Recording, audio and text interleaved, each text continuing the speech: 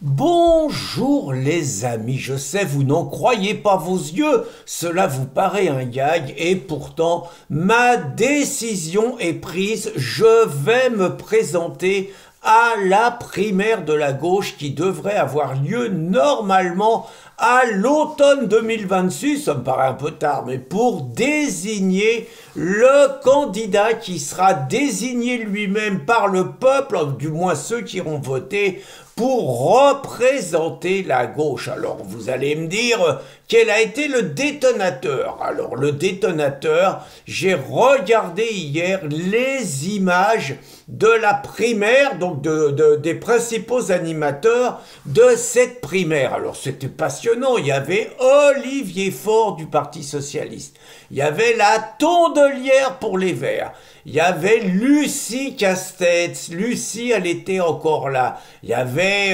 Clémentine Autain dans un beau tailleur et tout, il y avait Ruffin, François Ruffin, alors lui il était plutôt habillé en clodo, il avait les mains dans les poches et il donnait l'impression de s'emmerder un peu. Puis il y avait Benjamin Lucas, le mec de Génération S, vous savez, celui qui se fait appeler Lucas Lundi, parce que sa meuf, elle s'appelle Lundi, et donc il prend le nom de sa meuf.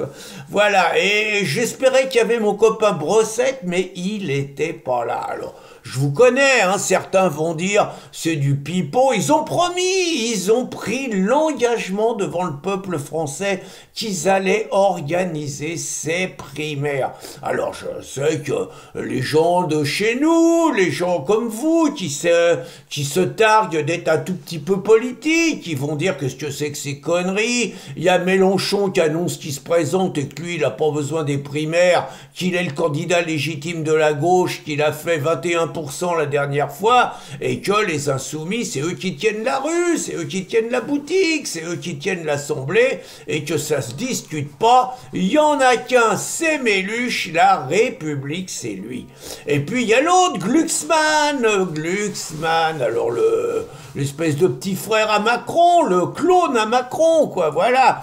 Donc Glucksmann, lui, il a annoncé qu'il se présenterait quoi qu'il arrive et qui passerait pas non plus par la primaire. Donc on se demande un peu, en gros, Glucksmann et Mélenchon, ils annoncent leur candidature et il y a les espèces de personnes qui représentent qu'eux-mêmes qui disent qu'ils se représentent à une primaire. Et entre nous, Olivier Faure qui a pris l'engagement d'organiser cette primaire, moi je pense qu'il a un faible pour la Tondelière et que chaque fois que la Tondelière est quelque part, il veut y être.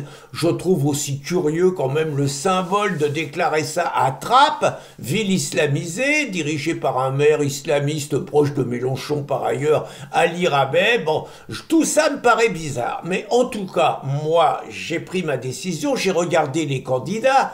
Pour l'instant, il y a trois candidats. Il y a trois candidats qui sont annoncés.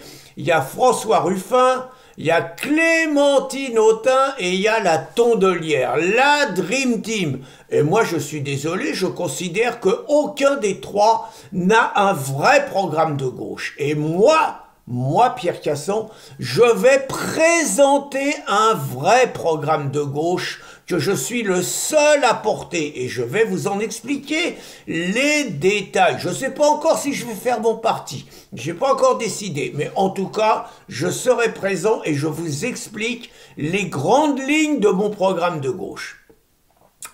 Retour de la préférence nationale. Et je vous rappelle que la préférence nationale est une valeur et des lois qui ont été mises en avant et votées par la gauche, que ce soit Léon Blum en 1931 ou que ce soit Millerand et Daladier en 1938. Je rappelle, j'ai les billes, je vous mets les références et tout. Alors après, retour de l'anticléricalisme. L'anticléricalisme, ça a toujours été une valeur de la gauche, parce que la gauche, elle disait que la religion, c'était l'opium du peuple. Je suis complètement d'accord. Et comme je veux pas que la religion, ça soit l'opium du peuple, je déclare une campagne qui sera ouvertement islamophobe. Et comme ma campagne va être ouvertement islamophobe, ma campagne va être antiraciste, elle va être antisexisme, et elle va être anti-homophobie.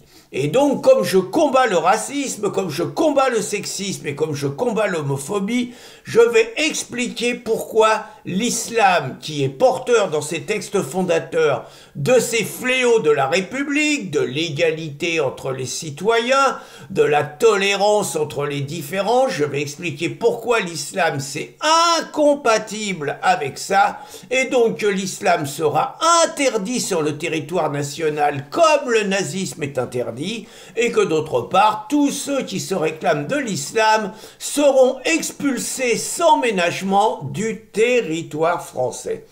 Je vais annoncer également, en période de chômage de masse, comme le réclamait la CGT dans tous ses congrès dans les années 1930 et dans les années 35, en période de chômage de masse, nous empêcherons le patronat buveur de sang d'utiliser la main-d'œuvre étrangère pour tirer les conditions de travail des travailleurs français vers le bas, et nous exigerons l'expulsion de tous les étrangers qui sont en France et qui n'ont pas de travail, et nous exigerons pour les postes de travail, comme cela se fait en Suisse, une préférence nationale pour les gens d'ici, et nous ne prendrons des travailleurs étrangers qu'à partir du moment où la préférence nationale n'est pas respectée, et d'autre part, bien évidemment, les cotisations des travailleurs ne pourront aller qu'à des travailleurs français ou des travailleurs respectant les lois de la République et occupant un poste qu'aucun autre travailleur ne peut occuper.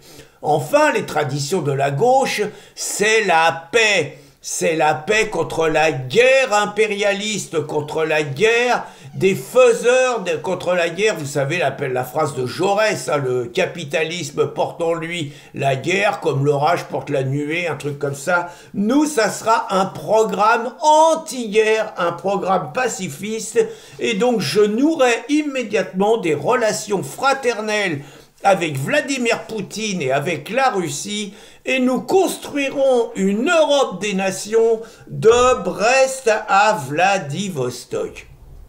Autre chose, je reprendrai le meilleur du programme marxiste et notamment l'éradication du lumpenprolétariat que mon camarade Karl, il appelait la lie de l'humanité. Dernière chose enfin, parmi les hautes valeurs, vous allez me dire que c'est normal qu'une société, elle puisse soutenir, prendre en charge, aider les gens qui ne travaillent pas. Eh bien, moi, je vais reprendre le meilleur de Léon Trotsky. Et je vous rappelle que Léon Trotsky, en 1917, la révolution bolchevique avait triomphé, et un Candide lui demandait « Mes camarades, est-ce que maintenant que les bolcheviks sont au pouvoir, est-ce qu'on a le droit de ne pas travailler ?»